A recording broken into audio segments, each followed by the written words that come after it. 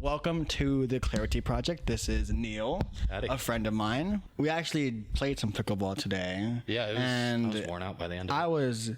So I know you and your girlfriend Lauren, who you guys have actually seen previously, have started getting into it, but I was surprised because I didn't realize how, well you guys played. I'm not saying that they're bad or anything, but me and Billman played against you guys and we lost pretty badly. Well, we did pretty good. But. Yeah, I mean, y'all held your own for a while. I think it's one of those things, like a lot of skills, where you grow a lot in the beginning. You get better very quickly at the beginning, and then as your expertise increases, the degree to which you improve each time you play decreases. Okay. So I think that if y'all played a half dozen times, you'd be a lot better than you expect. It's fun to play it every now and then, just get our asses whooped by our friends who do play more often. I think there's something to be said about doing something casually. Oh, yeah. And doing something without the expectation or the desire to really get good at it. Right. I played a game called Apex Legends with some friends, and it's been out, and it's a video game. It's been out maybe 6 years at this point. Oh, yeah. It's and old. it feels like the people who still play are either the guys trying to become professional video game players or the kids who just skip school all day to play. And meanwhile, it's me and a couple of 30-year-old dudes just like playing once or twice a week for an hour or two to just hang out. And we get destroyed, but it's fun. And I like that we're not, practicing for hours on end to try to get good, because that just kind of saps the joy from it. Yeah, and there's also like a social aspect to it. That's what makes it so, like you mentioned, doing it with friends, and it's just so much better doing it with friends. Because like a good example is rock climbing. So I actually do rock climbing to actually improve, but also for the fun of it. But even if I go solo, that I'm still under the like expectation that I'm going there to improve, but also because it's fun. Whereas like if pickleball, me and Billman don't go very much, but we enjoy it every time. Yeah, I think if you are doing it to get better, the key is just, if you want to do it socially, you have to be okay doing it with your friends who are not as good. Right. And I think climbing, you can still take a lot of joy from climbing an easy route. Oh yeah. Even if it's really not stretching your capabilities, it's fun to go see how quickly you can do it, or can you do it with only one hand or something like that. Whereas like a lot of games, I don't know that pickleball would be as fun with people much better than me, for me or them. Probably, yeah. Right? I'm going to be hitting balls way past the end line, and they're, acing every time they serve. Right, so. Yeah. I mean, me and Leo have a friend in Louisiana who, so we're not as good as he is, but whenever he would play with us, we would do our little open play and play with random people, and he would go and play with some of the like more expert players just to get some of that rush. Right. But then you lose a little bit of the social aspect of going with right, yeah. And like even with rock climbing, like even if you are doing it socially, it's a sport where you are able to go at your own pace because you have routes that are harder, and it's not a sport where two people are on the same route at one time. So it's easy for, let's say, a newer person to climb an easier route, and I'm there with them socially. Or even if they're belaying me, it's also, I can be on my own route, on a harder route, and they can be on an easier route. And it's still a nice social aspect to rock climbing as well. Yeah, and what I really like about rock climbing with people with different skill levels is that everybody falls. Oh yeah. Right? Like, even if you're climbing a harder route than I am, there's not some hierarchy of who's better, even though you are better, you're doing a harder route. Right. Because maybe I'm falling off of 5'9" and you're falling off of 5'11". Right. Yeah. We both fall. Like it happens. It's a great ego check, I think. I was climbing with a friend I met recently, and she usually climbs about like 5'10", 5'11" on lead. And I had pushed her to do a harder route on lead, which is, as you're climbing, you're clipping into the clips on the wall. So you have the rope attached to you and you're clipping in as you go. And she said that in her like 4 years of climbing, this was one of like the first true falls that she's taken. And so that was very funny because it was an authentic scream that she let out. Yeah. It's scary. It's scary. The whole gym just heard it, and it was lovely.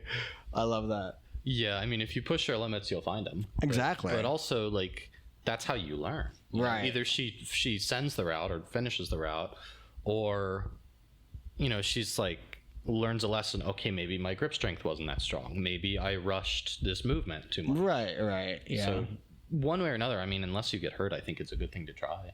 Oh yeah, for sure. And you mentioned Greyhounds. Yeah. I have a couple of old racing Greyhounds. Well, they don't race anymore. Yeah, we've talked, but it seems like you are very invested in Greyhounds. Yeah. Is there a reason for Greyhounds specifically? Sure. So I grew up in the DC area, and I went on a summer trip once up to Maine with my neighbors. And that's a long drive. That's like a 15 hour drive. Right. And so we stayed overnight in New Jersey, about a halfway point. Okay. And my neighbors had just gotten this beagle puppy named Stella, who's old now. You know, it's weird to think of how time passes, but you know, beagle and puppy means loud and sweet, but not very good at boundaries. And the family in New Jersey had a couple of old Greyhounds, and I was just kind of struck by how gently they treated this squealing, scrambling around small puppy, probably a 10th or 20th their size, who wanted to play with them, and they weren't interested in playing, really. They were old and tired. Right. But they were very gentle and very tolerant. And even when Stella tried to eat one of their food, one of the Greyhounds told her off, and in no uncertain terms, you will not touch my dinner. But it wasn't disproportionate. It was a contained amount of aggression to convey a message that there are consequences. Right. But there was no biting after that, you know? Stella went and curled up next to him afterwards, and he was okay with that. Like, the message had been sent, she received it, and there was no bad consequences from there. Like, I appreciated this gentle, sweet, quiet dog that could stand up for itself, right, but would show restraint. And I like the idea of, you know, adopting instead of buying a dog bred in a puppy mill or even buy a breeder.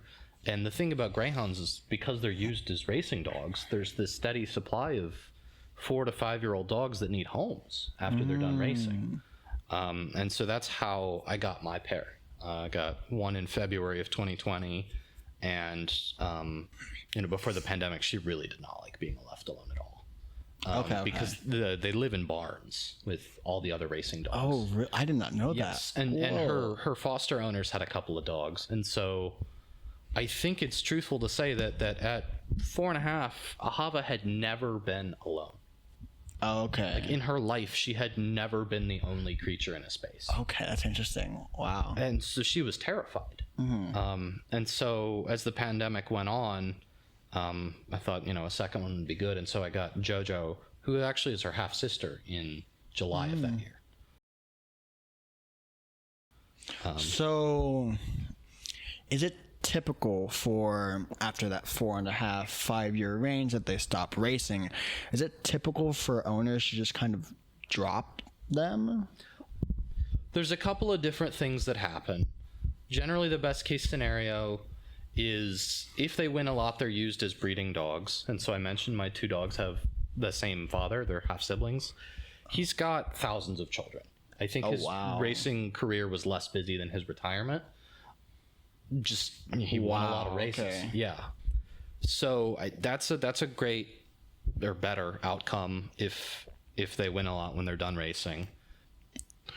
The alternative is that they're adopted, and from there the outcomes get kind of increasingly bleak, to be honest. What do you mean by that? They can be put down.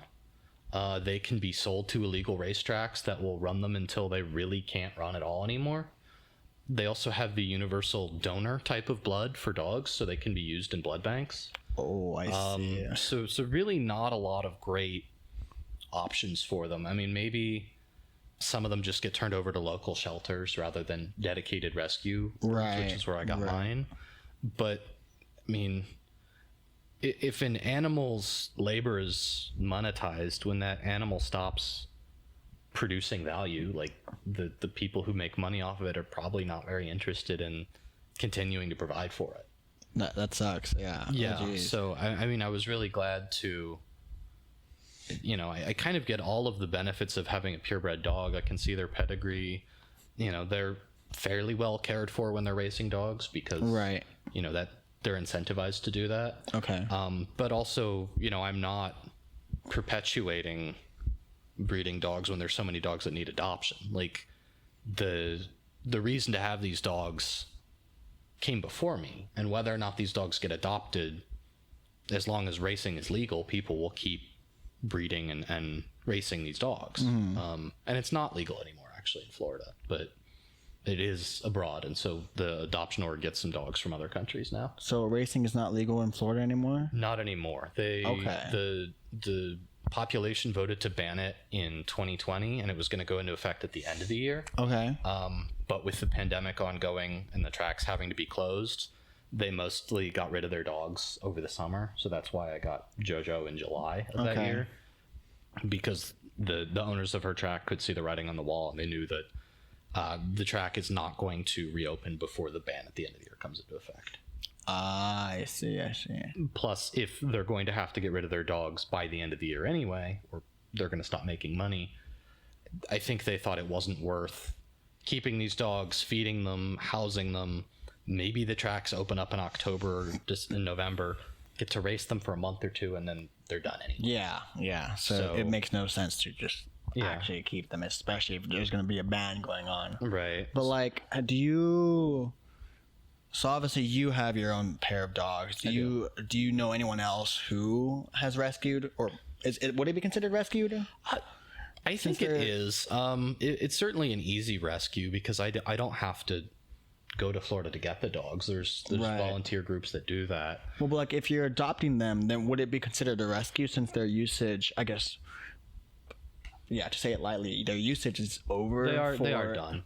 Yeah, I mean, that's fair. It's not like I'm going out there with a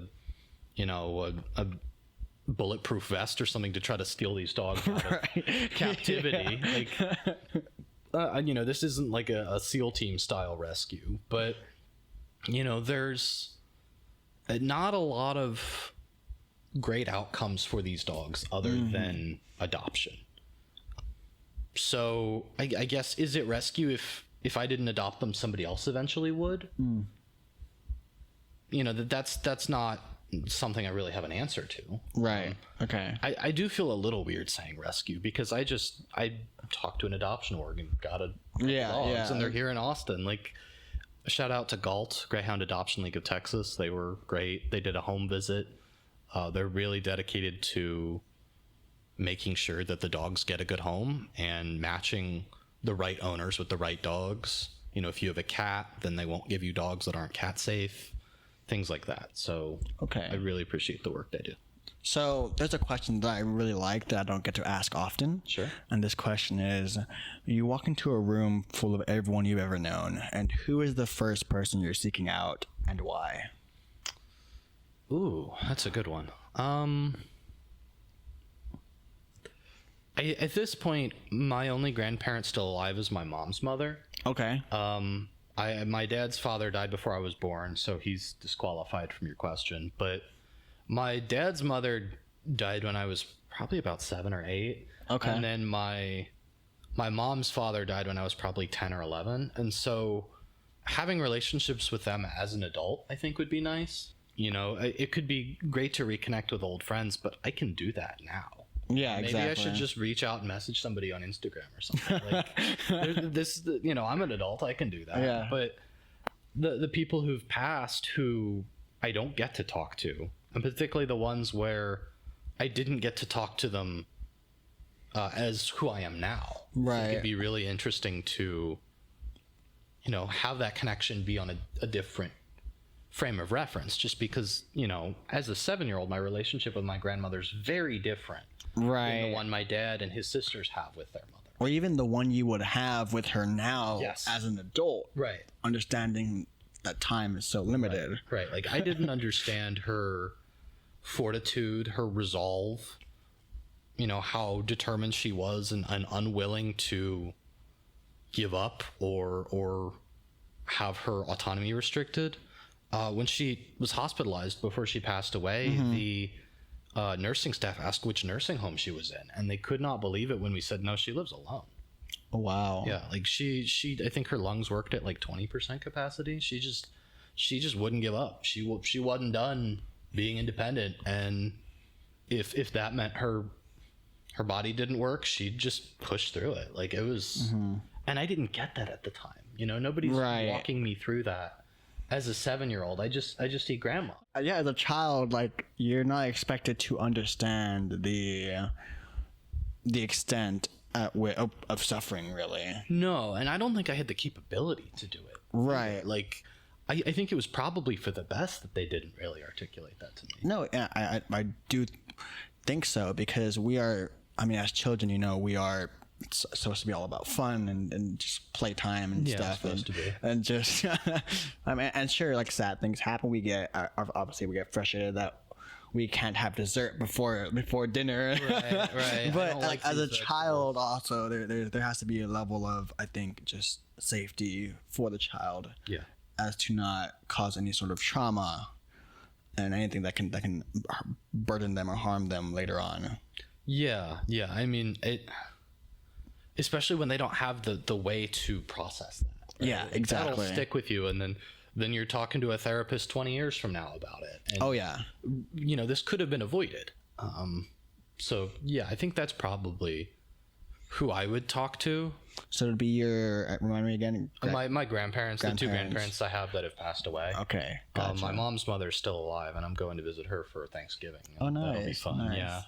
And then my father's father died before I was born. Okay. So I never met him. Back to the point of being able to talk to friends nowadays. Me and Bill were talking one time, and he mentioned that no one is going to be upset if you just reach out to them.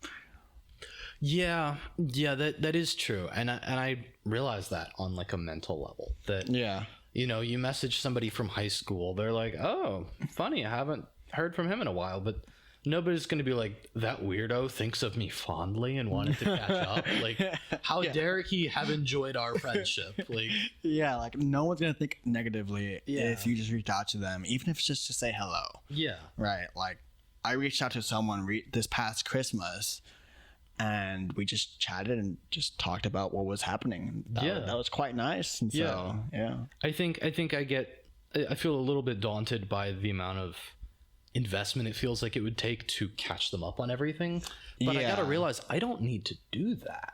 Yeah, it's just be like, hey, how are things going? Yeah. And Yeah, here's 5-sentence summary of my life right now. And yeah, pretty much. if something else is relevant, I'll bring it up. Like, How do you feel about people who will give their life story on the first visit or like conversation? I think it can be overwhelming to receive it, but also I have empathy for it because you're excited, right? Like when you meet up with this friend you haven't seen for a while, you're kind of back in the emotional headspace of where you were when you last saw them, when you were really close. Right. And so it's almost like you had like a winter break and you see your friend after the first day of school and you got to share all of what's happened since. Like, oh, I got a new bike for Christmas. Like, but it's a decade of stuff to talk about. Oh yeah, So, for sure. I mean, it's a bit like drinking from the fire hose to receive all that, but I can't blame people for giving it, even if it's a little overwhelming to take in. I went to visit one of my best friends recently, and we just had dinner and we were catching up, and then we went over to his place, and it felt kind of dull to just be at his place because we weren't really doing anything. We were kind of doing our own thing. And one thing I would have liked to do would have been to do some sort of activity, because sure, it's nice to catch up, but also to be able to create new memories with these people. Right. Like when Leo came to visit, we went on a mini day trip, and sure, we were catching up, but also we were creating new memories to talk about in the future and creating new stories for ourselves. And that's what I would like to do more often with people that, especially like some of my best friends that I don't get to see as often nowadays. But sometimes it can also be pretty hard to like set that up, especially if they're busy and there are just things that they don't like to do. Yeah, and I think it increases the amount of investment you're asking from somebody. Right. You know, there's a difference between, hey, I'll be in town, do you want to grab lunch? And, hey, I'll be in town, do you want to go on a camping trip for the weekend, right? Like, Right. you know, respectfully, my friends from a decade ago, I don't know them. Like, I knew them and I'd like to know them again, but I don't know who they are now. Right. And from their point of view, that's the same with me. And so they might be a little bit kind of hesitant to do that. Doesn't mean it's a bad thing to do. It probably would be a blast, but I think that might be a reason people would hesitate. No, and that makes sense. Yeah. But this is just one of my best friends, and so it's one of those things where it's like, it'd be so nice to do something new and stuff. But it was nice too. We had a phenomenal, like, what was it? It wasn't ramen. I don't remember what it was, but it was just a phenomenal Asian shop, a restaurant that we went to. And I had gotten my new camera at that point, so when he pulled up, I was just taking pictures of him. What does this guy want with my photo? Is he gonna post it online somewhere? Like... But yeah, I mean, it's nice to catch up with people, and I think that's nice that you want to connect with your folks, your older folks that you haven't been able to. I feel the same way with my great grandmother who passed away, but she only spoke Spanish. So one of the reasons why I want to learn Spanish is, well, at this point probably wanted, but it's to be able to like speak with them and learn a little more about them. Gotcha. And stuff. But now it's just like, I want to learn Spanish so I can go, well, first of all, to be able to like know another language. Yeah. I mean, and to be able to just travel and be able to speak my, you know, my actual like heritage language. Yeah. I mean, I imagine there's a feeling of completeness. Exactly. Like, my girlfriend Lauren is Chinese, if y'all haven't seen the other episode, and she speaks like fluent Chinese. And when she talks to other ethnically Chinese people in English and asks how much Chinese I know, I've noticed there's always this slight sense of, not shame or embarrassment quite, but discomfort with their understanding of Chinese. And as somebody who's started learning it, it's hard. I don't judge them. It's hard. It is a very tough language, but also I think it's easier on you versus me, where I was born 15 minutes away from the Mexican border, and my town is very much like Hispanic, mainly Hispanic, like 90% Hispanic probably. But like for you, it's probably easier to work around that versus the bar me, is lower, especially when people who are from there say, "Oh, well, you're from there. How come you don't know Spanish?" Well, it's because my parents never actually spoke it with me and never taught me. I mean, so I would imagine, honestly, maybe a way to reframe that is they were so desirous that you learn English. You know, America doesn't have a national language, or maybe it does now. I think I saw that recently, but English is kind of the de facto language. And so their goal was not to deny you your heritage, but to make sure you were best equipped to succeed in America. You know, instead of feeling denied something, maybe it was a gift in another form or a sacrifice. Lauren was telling me about some friends of hers she knows where, you know, even if you grow up in the States and your Chinese often is not very good, even if your parents speak Chinese, because teachers will often say to the parents, your child is behind in English, stop speaking Chinese at home, speak English instead. And so as a result, the kids really only learn Chinese in like a Chinese school, and it's hard. Like Chinese is not a language that you can just pick up. Oh no, definitely not. You know, the difference between saying you want to buy strawberries and you want to sleep with someone's sister, the same words, different tones. Have you heard of I forget exactly the exact term, but it's language like there's levels of languages. Difficulty? Where like Arabic and Mandarin are at the top, and yeah, but there's like a certain number of hours associated with each level, and so at the easiest you have Spanish is one of them, I think English, and those are like 700 hours to fully become fluent. And then at second level you have like German. I know German's for sure one of them, and I can't think of any other ones are like 1,200 to like 13, or like 1,200 to like 1,500 hours to become fluent, and then you have, whereas a level in between that I don't quite remember, but I think it's like 1,700 to like 1,800, and then at the higher level ones like Japanese, Chinese, which are like 2,000 hours to 2,200 hours to just become fluent, and it's like that's a lot of hours to put in. And I've accepted I'm not going to be fluent in Chinese. That's not really my goal. And you're absolutely right. The bar is so much lower for me. Like, right. Lauren's got 3 step siblings, and their Chinese is not as good as hers, and it's much better than mine. But I mean, everybody seems so impressed that I'm just learning the very basics, and it's almost a little embarrassing because it just seems like a bit of a double standard between how her step siblings can look and how I can look when they are objectively better at this thing than I am. Right. The problem with Chinese is that regional accents can vary so much. Oh wow. That if you're a native speaker, you can parse what other people are saying in their accent. Okay. But as a new speaker, if I try to emulate that, they won't know if I'm saying a different word, saying a word incorrectly, or just speaking in that accent. An example is like Jin is, I think, like moral correctness. I think it's first tone Jin. Lauren's accent, she's from the Northeast, Dongbei, is more like Zhi. But the problem is there's a separate word, Zhi, much softer R. Okay. And so when I said, and Zhi, the softer R is more like knowledge, I believe.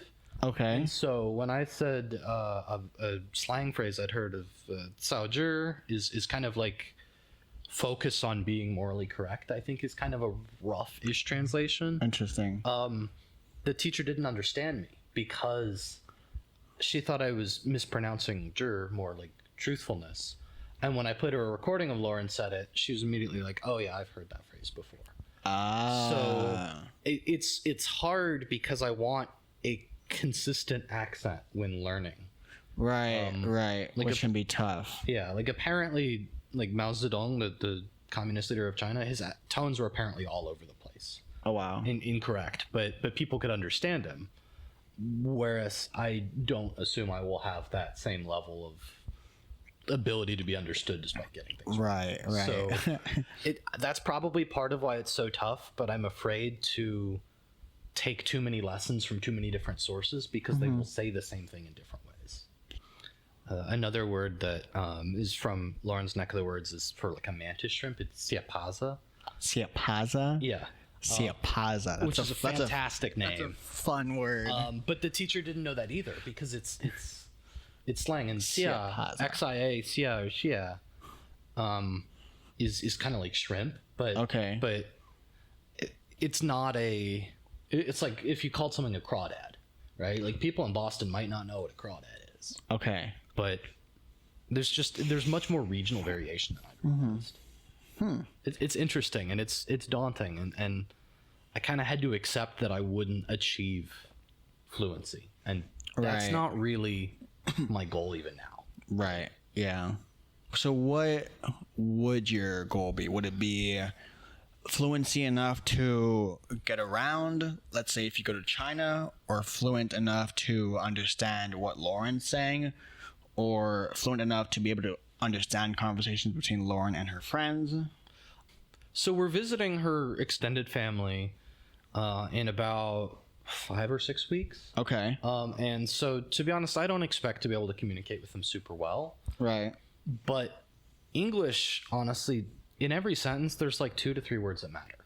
You know, like tomorrow I'm going to the park. Tomorrow, park is really the only words that matter. Right. So to understand, I think, is a lower bar than to speak. And my hope is to be able to understand a little bit of it.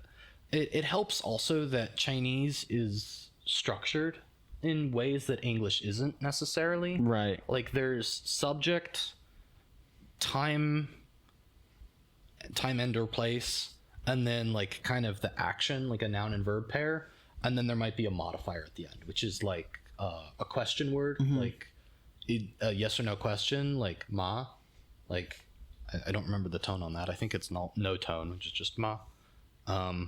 is like makes the word a question, like a yes or no question. Okay. There's like le, which is more like a suggestion. Okay. Or sorry, ba is more of a suggestion. So Ba. like zo is like go, but you know, like if we're trying to go, Lauren might say like zoba, which is like shall we go? Like Okay. may we go? There's other. I think le is past tense. Okay. So there's no conjugation. That's so much. It's very different. Yeah. So it's not like I cooked. It's like I cook past tense word. Okay. So it's even if I don't know what a verb is, I might hear like last night I blank past tense. And you know, maybe I was so it'd be okay, gotcha. Yes. Okay, gotcha. That's kind of my hope. Long term, I think my hope would be that when Lauren's family visits, like her parents, they speak in Mandarin, that I can pick up enough to understand what's being said. Okay. They speak English. I can talk to them in English, but kind of the conversational flow in the house is Mandarin. So, you know, if I can pick up on that and then respond in English, nobody has to translate for me. I guess. Right. I guess kind of that's a good way to phrase the goal is when speaking to someone who speaks English, but is speaking Mandarin, I can interact. No, that makes sense. That's how one of my best friends, his mom spoke only Spanish, but she understood English. Okay. And so my friends, sorry, I say friends because him and his sister knew English, understood Spanish, but didn't speak Spanish. So she would speak to them in Spanish, they would speak to her in English, and it worked similarly to how you're talking about. And so no one had to, you know, translate. Obviously, as they were younger, but yeah. I'm impressed the kids learned English if their mom didn't speak it. Did their father, or did they just father spoke English, and then school as well. Gotcha. So, yeah. So we were actually just kind of talking in the general direction of this next section. I tend to think of you as someone who is generally emotionally intelligent. Appreciate that. And like you're able to see multiple perspectives of people, and you're able to empathize with them. And my question is, I'm wondering where that stems from. Does that stem from just growing up, or other various things that you've had happen in your life where you've had to learn just the hard way, so to speak? I think one thing it comes from is kind of a growth mindset more broadly. Okay.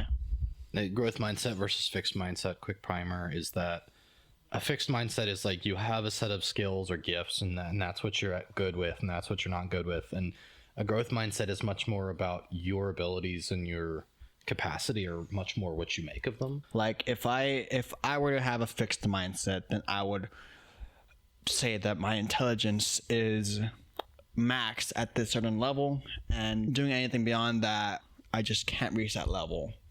And it doesn't allow me to really grow. Whereas having a growth mindset is, okay, as long as I put the work in, then I'll slowly get better. And as long as I get the practice in, then I'll get back better. Yeah, and I think both can actually be toxic. I think there is such a thing as toxic positivity, but I would prefer to pick it versus the fixed mindset. You know, an example is like, I won't ever play in the NBA.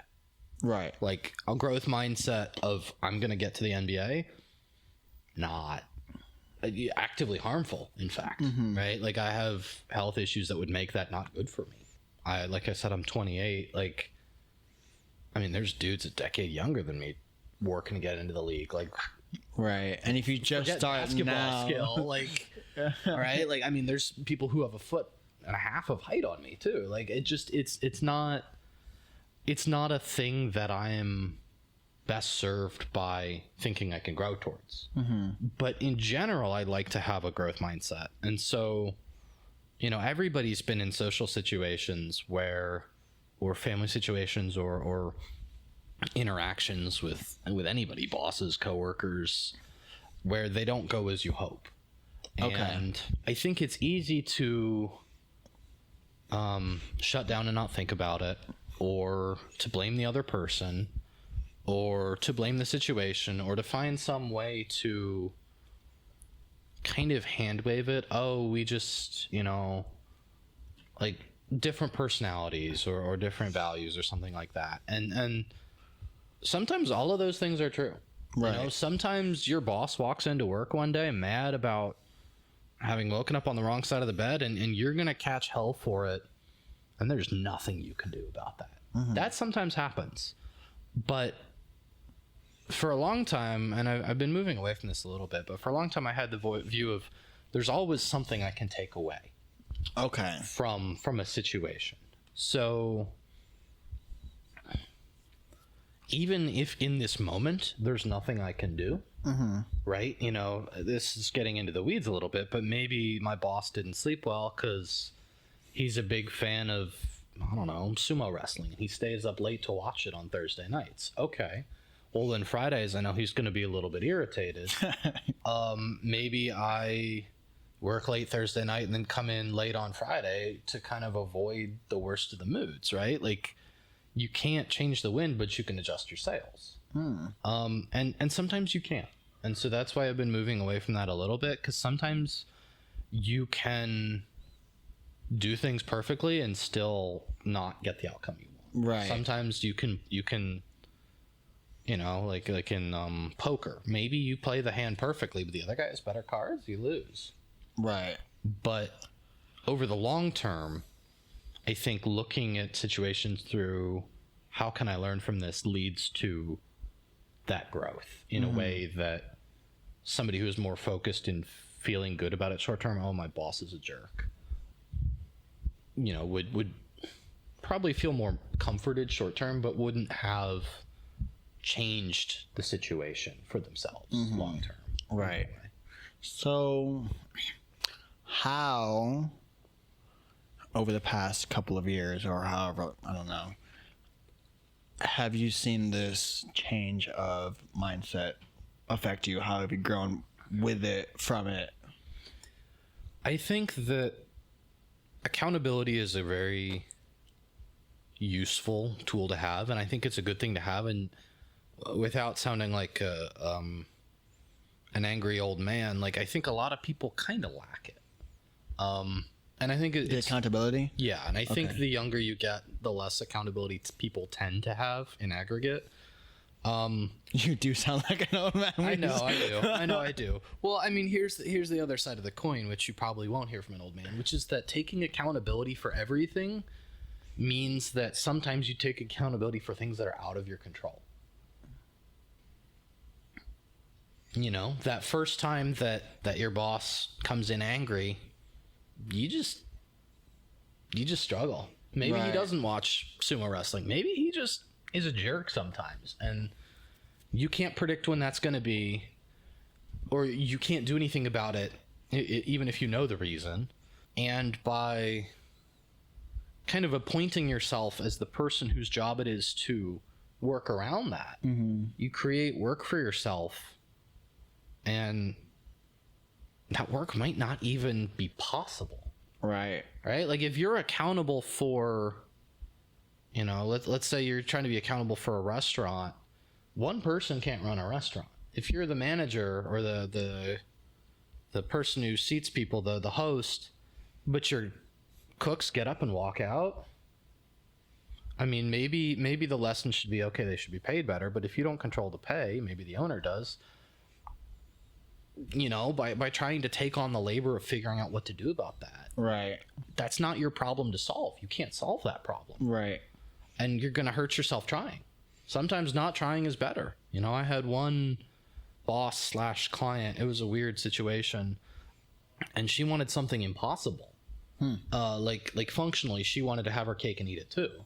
And if I just said, yes, boss, and quietly done one of them, it probably would have been easier for me than me repeatedly saying, ma'am, this isn't possible.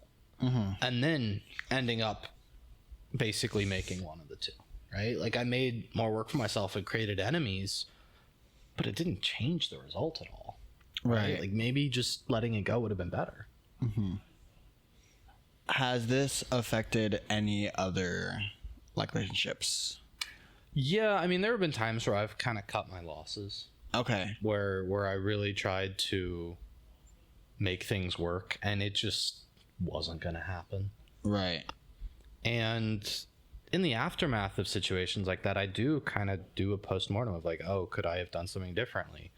But I mean, there have been in some situations where like the other person doesn't want it to work. You know, relationships are honestly a better example than the restaurant example. You can't force a friendship. Oh yeah, you can't out hustle the decay that relationships experience if the other person is willing it to decay. Right. Like that, you can't. There's no amount of hard work or grind set or anything that will kind of fix that. You know, it's like trying to pick up water with a sieve. Right. Yeah. And the other people will probably get annoyed if you keep trying. Yeah, I think relationships, it's pretty weird to think about at times, because like sometimes it works and sometimes it just doesn't. And this is a very like brief example, but it goes to show kind of a also longer term effect. I went rock climbing and I didn't really know anyone. I've talked about this before on the podcast, but I didn't really know anyone, and so I had asked people to belay me. And the first group of people I asked, the person who was belaying me wasn't very responsive to my conversation. Like they just wanted to go hang out with their friends and stuff.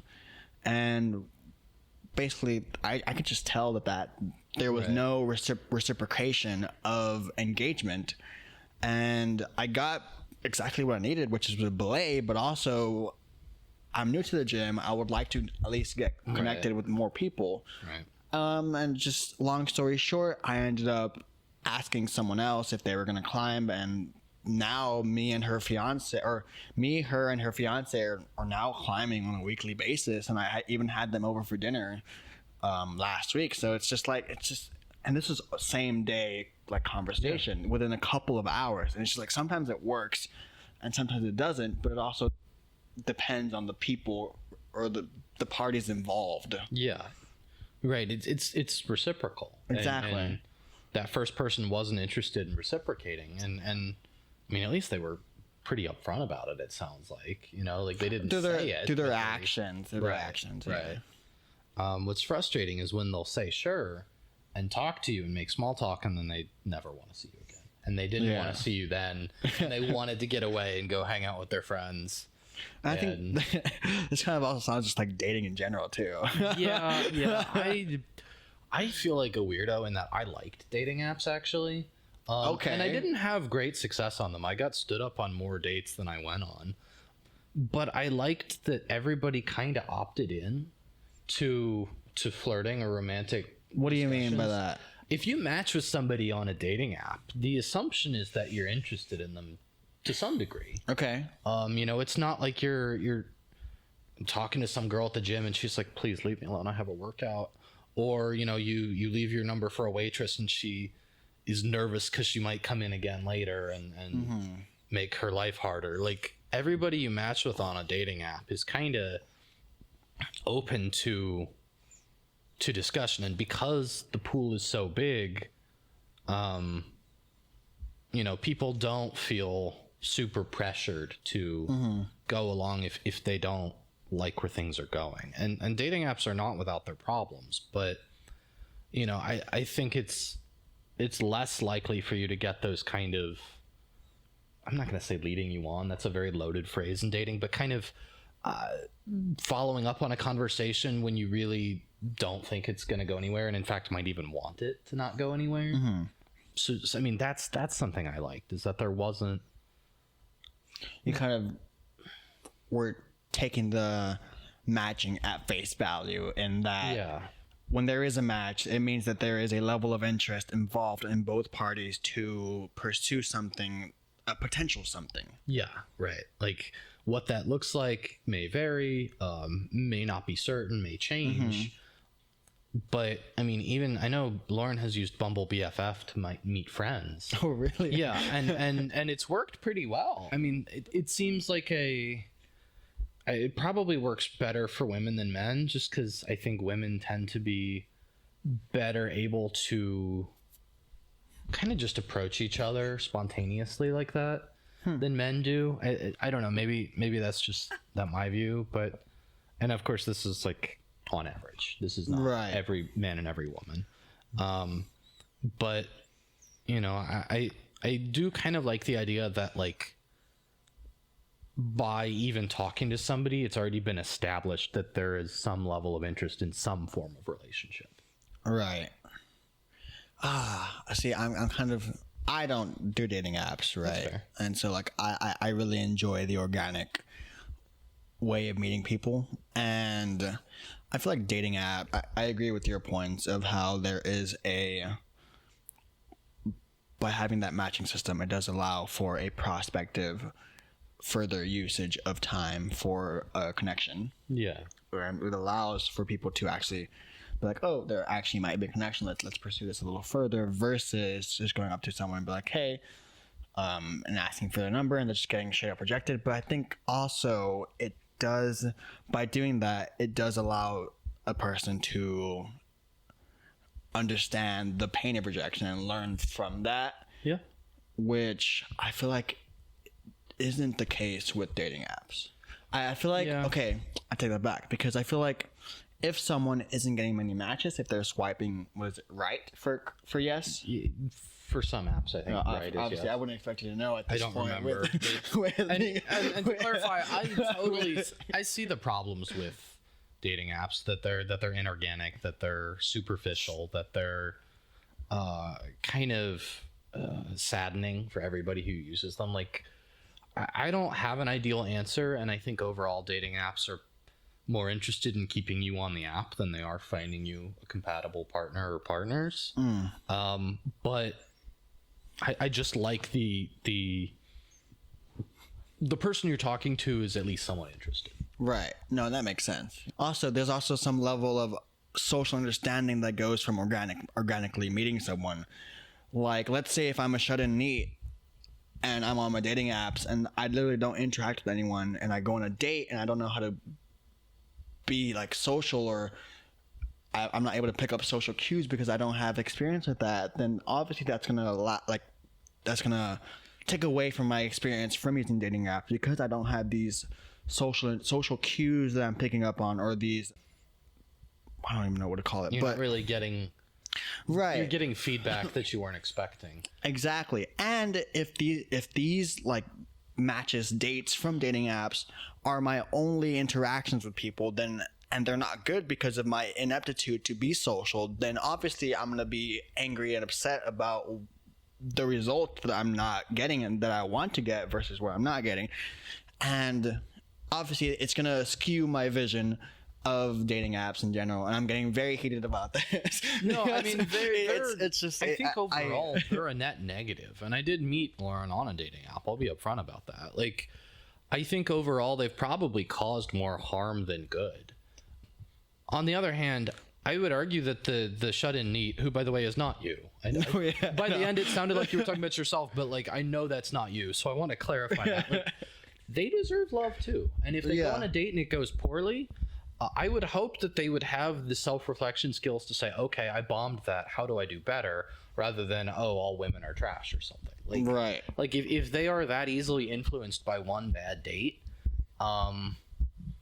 you know, and they come to that conclusion instead of, oh, this person found me interesting enough to get off their butt, get dressed up, drive somewhere, and meet me in person, and spend money to do it. Right. Often. You know, maybe not everybody hates me, right? Like maybe I should be less of a shut-in. And I was thinking as you were talking about, like, what would an ideal relationship enabling platform look like? Okay. And I wonder, I think it would be almost like in-person type of dating apps where like you get everybody together for a meetup. I think there have been things like this. I know there are speed dating, but again, the problem with speed dating is there is no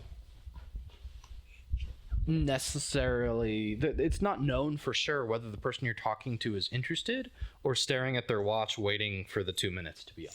Right. Like with a match, there is a level of opt-in. And I think a part of it is also just like the physical differences even between like you and I. Sitting down, we're about the same height, but like I'm 6'1", about 200 pounds with a big beard and tattoos. Like I understand that I have to be careful because I could make people uncomfortable pretty easily. You know, like I had one girl I was talking to, and we met up, and I think she was a little intimidated because she was probably 4'10", 4'11". I didn't ask her height. And I put that I'm 6'1" on my profile, but I think guys lie about that. So I think she was expecting me to have lied. And so I show up and I'm actually a foot taller than her and 60 to 70, if not more, pounds heavier. And I think she was just kind of intrinsically a little off-put. Oh, wow. Just because it was just a significant difference. Right. So I think part of why I really am focused on this opt-in is I don't want to kind of be a bull in a china shop and just kind of A bull in a china shop, okay. You know, moves around and knocks everything over and breaks everything. Like, sorry, it's because Bowman used that term on an episode recently, and I was like, it threw me off a little bit, but I understand there's it a now. secret conspiracy. We're going to use it in every episode from now on. Yeah. But yeah, no, you know, I want to, you know, like it's hard to know ahead of time whether asking somebody for their number will make their day, make them your partner, or make them uncomfortable. You know, is that girl in the gym frowning because she's focused on a lift, or she's got a headache from work, or she's really hoping to be left alone? Right. And okay, maybe you don't hit on girls at the gym. What about the climbing gym? That's a much more interactive social space. 100%. Yeah. I mean, a lot of people I know who climb and their partners met climbing. Because right. Newsflash, when you and your partner enjoy the same hobby, you might meet doing the hobby. Like, exactly. But you know, there's always that uncertainty, and especially if you're a regular, people are like, oh, I've seen that dude at the gym. Like, am I gonna have to start coming with a friend? Right? Like, so you know, I have this strong desire to not make other people uncomfortable in spaces that they go specifically to be comfortable. That's and fair. So what I like about dating apps is that, you know, if somebody matches with you and you aren't crude or untoward or anything, and then they're like, I really don't want to be around you, you can be like, well, okay, that's your prerogative, but I'm not going to feel like I infringed on your boundaries. Right. Like, so, I mean, that's what I like about it. Just kind of that you give consent for some level of interest. Right. Okay. Gotcha. Oh, man. I got super... No. I'm passionate about them too because I think they're kind of predatory. Dating apps? Yeah. I mean, the analogy I've heard is that everybody wants clean water, and for men it's like a desert, and women it's like a swamp. Oh, okay. Right? Okay. Like women get tons of matches, but a lot of the messages are very misogynistic or toxic. Okay, I had this might be a little TMI, but there was a friend. I have a friend up in Dallas, and we have a group chat with other friends, and she sent a picture of some dude she was talking to who sent her some very, very off-putting messages. Oh boy. Yeah, and so I get where you're coming from, where some dudes can be very right forward with that kind of those kind of things, and it's not the most comfortable. Right. And so I mean, and also their goal is to get you to sign up for premium if you're a guy. Generally the women for most dating apps, they'll limit the number of matches. Yes. And because women often get so many matches, men feel like they need to match with every woman to compete. It's like job applications almost at that point. Yeah. And so a lot of these dating apps make money by selling premium subscriptions to allow unlimited matches. And it's almost exclusively bought by men. And I think this goes back to your initial or earlier statement of keeping people on the apps in order for that monetization to come forth. And I was actually reading a something online the other day that was actually going more in depth on this and how it just sucks. Yeah, no, I don't have the answer, but I don't think it involves capitalism very much. I mean, you're basically trying to commodify relationships with. Yeah, you're trying to like make relationships transactional at that point, which shouldn't be the way to go about it. They should be relationships should be reciprocal. I mean, it's not like I think there's a line to be walked between calculating effort or money or time very minutely. Oh, you spent $10 on dinner, I spent $11 on breakfast, you owe me $1, versus like not keeping track of it at all. And if somebody did the math of who does more chores, one person's doing 90% of the work. I mean, we've also talked about this in depth of relationships shouldn't be transactional. No. Right? They should be reciprocal in some. Exactly. I mean, one of your examples is your girlfriend loves to cook, and she'll cook and give people food, and if they want to give her $5 just as a thank you, then you shouldn't feel a need or not necessarily need to do so. Like, no. If you feel like doing it, just do it. Right. And I think kind of having that desire to show your friends your gratitude is important.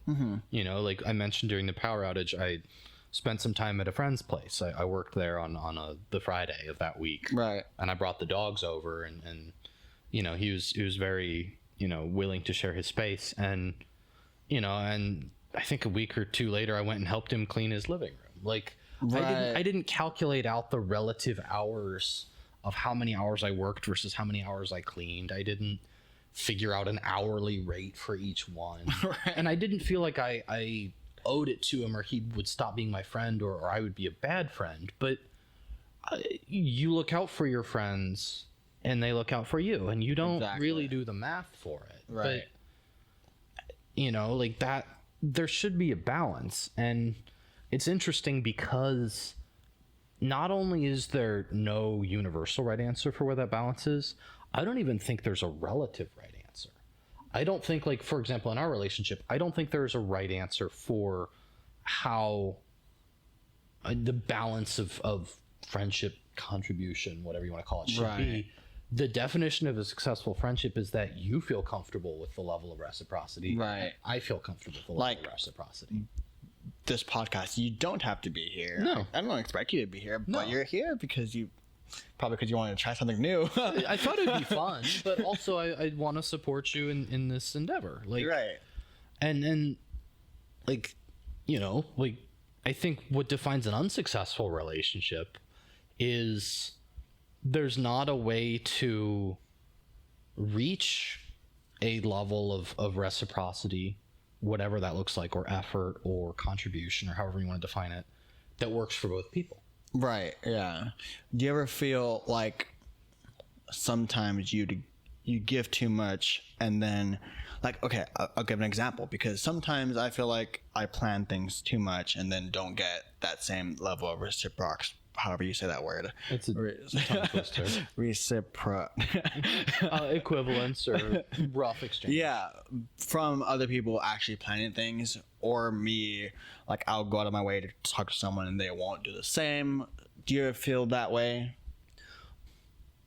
That happens sometimes. I think I saw it happen in the third person between two other people a while ago, and I had the thought that I can empathize with both of these people, because the one person is like, I'm being a really good friend to you, and with intimacy in a friendship or a relationship or familial sense, you kind of get the right to demand a certain level of energy on demand. Like if Josh called you at 2 a.m, like, dude, I'm trapped on the highway 20 miles from here, can you come pick me up? That's not a thing that's unreasonable for him to ask. I have questions how he ended up there, but like, y'all are close to the point where that's a heartbeat. Well, of course, and he knows that, but that's almost an imposition he's righteous almost in making in like a one-off sense. Right. And also a position that he's earned. Yes. For me, that's over what I'm the saying. time. He has earned that ability to almost demand. Yeah, and actually, this conversation actually came up because a friend came to stay the night because he was going on a trip. Okay. But he also wasn't that close to Billman. And so this friend had asked him to give him a ride to the airport and to pick him up, to which Josh respectfully said no. Okay. But Billman also mentioned, by the way, Josh and Billman are the same person. We just have been alternating. Alter egos. Yeah. But if I had asked to get a ride to the airport and back, he would have said yes, 100%. Because it's a different level of closeness. It's an earned level of relationship that we've known each other for a decade. Right. So. Right. And I think kind of the thing that I realized watching this play out in front of me between other people is we give at the rate that we feel comfortable, but we have the right to demand at the level the other person feels comfortable, right? Like you don't get to decide when you can demand that Josh gives you a ride to the airport. Right. He gets to decide that. And if you demand that when he's not ready or he's not close to ready for that point, I think Josh has got a lot of emotional intelligence, but if he didn't, or if he was very avoidant, or he didn't know how to handle it, that would cause him to pull away. Right? He'd be like, why is this guy making demands of me? I don't owe him that. We're not close like that. So it's interesting to kind of recognize that nobody was wrong in that situation I was watching. Right. I empathize with both of them, and if I could go and change somebody's actions, I'd have probably changed the person demanding them. But I don't think they were wrong to do it. They maybe misread the situation, but I mean, how do you even define a question like, if I was going to demand that you come pick me up at 2 a.m, how many miles away could I be before you'd say no? Right? Like, right? That's such an oddly specific question. It sounds like you're planning to do that tonight or tomorrow. And it's not something somebody thinks about ahead of time. Yeah. So, and also it's a huge ask. And I'm very fortunate to have people in my life who would drive 6 hours, 8 hours, hundreds of miles to, if I really needed it. Right. Right. And so, but yeah, that's just me. And I know not everyone does have that. But I mean, there was a moment that ticked over where they'd do that for you, and you didn't know when that was, and they didn't know when that was, probably. But it happened at some point. But it's up to them to decide when that moment is, no matter how much effort you put into the friendship. Right. And I think that goes back to not necessarily taking ultimate accountability of everything, because if the giver of relationship energy in the situation had, really after the fact been down on themselves, like, what did I do wrong? What did I do wrong? I mean, I can't say that they did that much wrong. Maybe they were more upset than I would have liked about not getting attention when they wanted it, but if they were giving that friendship to someone else, that other person might have been happy to oblige. Right. So that's the tricky thing about friendships. It's like you are growing this thing in someone else, this feeling, or this almost like a plant that's growing, but they're the one who can see when it's a certain size. But they don't think to look either until you ask them to. I like that. Yeah. So I just and you as the person trying to grow the plant, sure, I guess you can beat yourself up about it, but that won't make the plant grow faster next time. Right. You don't know. Maybe the plant died 6 months ago, and the other person just hasn't looked and hasn't told you.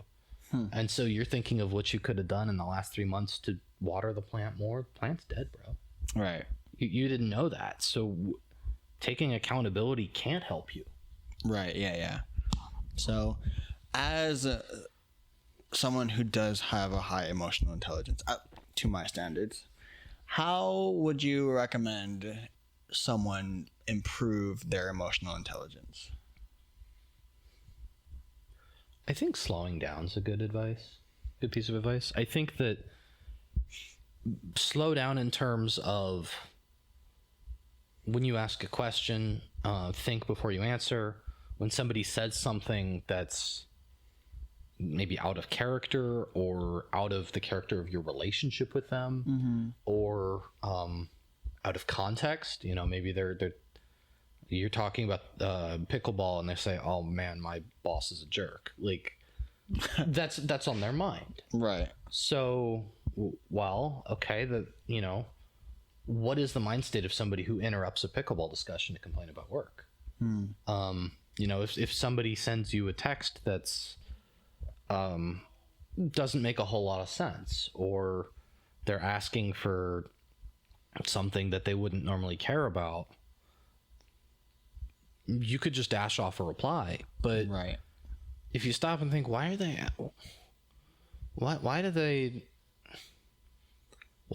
want to ride to this place at this time? Why are they asking to make plans on a Friday when normally they play soccer with their friends every Friday? Like, what's going on here? And just kind of noticing inconsistencies, maybe. That would kind of signal that something isn't the way I would expect it is. Like, people aren't logical, but they follow a logic. That there's a system. Okay. So I know that's a weird thing. People aren't robots, but if somebody is normally happy on Fridays, it's the end of the week, and they're sad, there's probably an outside stimulus that is causing that. Like, cause and effect, maybe. Right. People aren't logical, but there's cause and effect. And so, I don't know. That's kind of how I would look at a situation where... Just slow down. Yeah. Actually think about what may be going on. Right. And if you can put yourself in their shoes, you can kind of intuit it out. I tend to think of this as in more logical ways, but... Okay. If it's easier to think of, that person's uncle died recently. Like, how would I feel if my uncle passed away at 50 something? Like, well, I mean, it would depend how close I was with the uncle, right? There's some uncles I don't talk to much.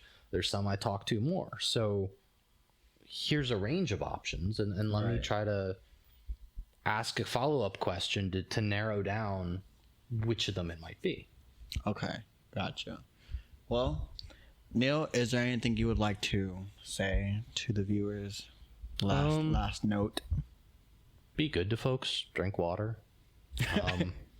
Hydration is key. I love hydration. Yeah, but I mean, honestly, I think that feeds into the emotional stuff of, like, if you take care of your needs, you hydrate, you're better able to pay attention to other people's needs. And their emotions, and their reasoning. Like, if I'm really, really thirsty, I'm not going to notice if you're sad when I say hi to you. I'm going to push past you to get to the water. Right. There was something I heard a while back that basically stated that, like, obviously we all need to use the restrooms, obviously, like, but if we really need to go, then that is literally the only thing on our minds. There is nothing else on our minds but we need to go to the restroom and release ourselves. And it makes sense when you put it that way too. When you're on a plane, put your mask on before helping others. Like, it's not selfish to make yourself able to pay attention to other people and to take care of yourself to make yourself able. Right. Okay. Gotcha. Well, guys, this has been Neil. I hope you enjoyed, and I will see you guys again next time.